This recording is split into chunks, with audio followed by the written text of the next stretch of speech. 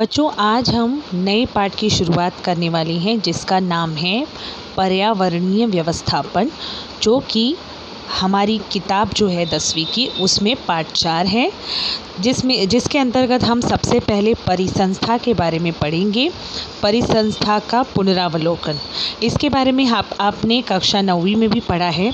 परिसंस्था क्या होती है बच्चों? हमारे आसपास, हमारे पर्यावरण में जितने भी जैविक और अजैविक घटक होते हैं उनमें परस्पर आंतर क्रियाएँ होती हैं, जिसके कारण परिसंस्था का निर्माण होता है। ठीक है। जैविक घटक जिनमें जीव की उपस्थिति हो और अजैविक घटक जिनमें जीव की उपस्थिति ना हो। जैसे कि अजैविक घटक के उदाहरण हैं हवा, पानी, वाष्प, खनिज, ये सब अजैविक घटक होते हैं। और जैविक घटकों के क्या उदाहरण हैं? वनस्पति, प्राणी, जीवाणु, ये सब अजैविक घटक है। तो इनके बीच में जो आंतर क्रियाएँ होती हैं उनसे परिसंस्था का निर्माण होता है। उदाहरण के लिए देखिए बच्चों, वनस्पतियाँ जो हैं वो क्या करती हैं? खाद्यान्न की निर्मित करती हैं। और शाकाहारी प्राणी जो होते हैं वो इन्हीं वनस्पतियों को खाकर जीवित रहते हैं, यानी अपना जीवन यापन करते हैं। जैसे कि हिरन, भेड़, बकरी, गाय, भैंस, ऊँट, घोड़े, ये सभी शाकाहारी प्राणी होते हैं जो वनस्पतियों को खाकर अपना जीवन यापन करते हैं।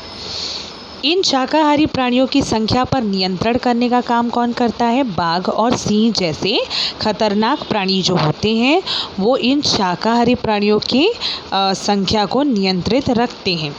इसके अलावा प्रकृति में कुछ विघटक, जीवाणु, दीमक, गोबर के कीड़े, ये सब होते हैं जो सफाई कर्मी की महत्वपूर्ण भूमिका को निभाते हैं। और इन्हीं सब के कारण शाकाहारी, मांसाहारी, जीवाणु, दीमक, गोबर, वनस्पतियाँ, इन सभी के कारण मानव का अस्तित्व बना हुआ है। यानी परितंत्र में, परिसंस्था में संतुलन जो है वो बहुत ही ज़्यादा आवश्यक है। यदि ये संतुलन बना रहेगा तो मानव का जो अस्तित्व है वह भी बना रहेगा। ठीक है। अब हम देखेंगे परिसंस्था का विस्तार स्वरूप। परिसंस्था जो है वो 2 भागों में विभाजित किया जा सकता है, उसे अजैविक घटक और जैविक घटक। अजैविक घटक में 2 घटक होते हैं, भौतिक घटक व रासायनिक घटक। जैविक में भी 2 प्रकार के घटक होते हैं, स्वयंपोषी व परपोषी। भौतिक घटक जैसे कि हवा, पानी, वाष्प, खनिज, मिट्टी और सूर्य प्रकाश, ये सभी घटक कैसे घटक हैं? भौतिक घटक हैं। ठीक है। रासायनिक घटक जो हैं इन्हें हम पोषक द्रव्य, खनिज, इसके रासायनिक घटकों में रखते हैं। ये 2 प्रकार के होते हैं, अकार्बनिक पदार्थ और कार्बनिक पदार्थ। अकार्बनिक पदार्थ जिसमें कार्बन की उपस्थिति नहीं होती है, जैसे कि अन्य जो धातुएं हैं या तत्व हैं, हाइड्रोजन, ऑक्सीजन, नाइट्रोजन, कैल्शियम, लोहा, सोडियम, पोटेशियम, ये सभी तत्व अकार्बनिक पदार्थ में आते हैं और अजैविक घटकों में इनकी उपस्थिति होती है।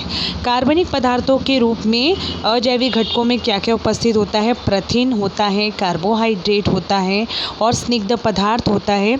ये सब कार्बनिक पदार्थों में आते हैं, यानी इनमें कार्बन की उपस्थिति होती है और ये सभी घटकों से मिलकर बनता है अजैविक घटक। ठीक है। अब जैविक घटकों में जैसा कि हमने 2 भाग देखे, स्वयंपोषी और परपोषी।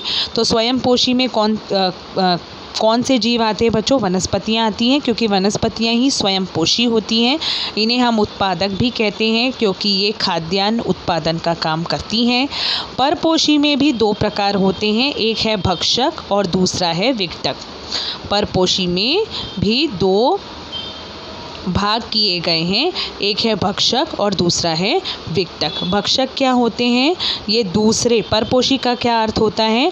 ये दूसरे सजीवों पर जीवन यापन करते हैं, दूसरे सजीवों का भोजन, मतलब उन्हें अपने भोजन के रूप में इस्तेमाल करके ये जीवन यापन करते हैं। तो भक्षक में प्राणियों का समावेश होता है, जिसमें भिन्न भिन्न प्रकार के भक्षक हैं, प्राथमिक भक्षक, द्वितीयक भक्षक और तृतीयक भक्षक।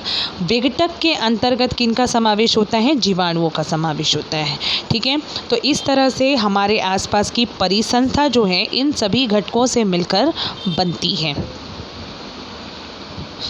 तो ये हमने देखा कि परिसंस्था क्या होती है और परिसंस्था में किन किन घटकों का समावेश होता है।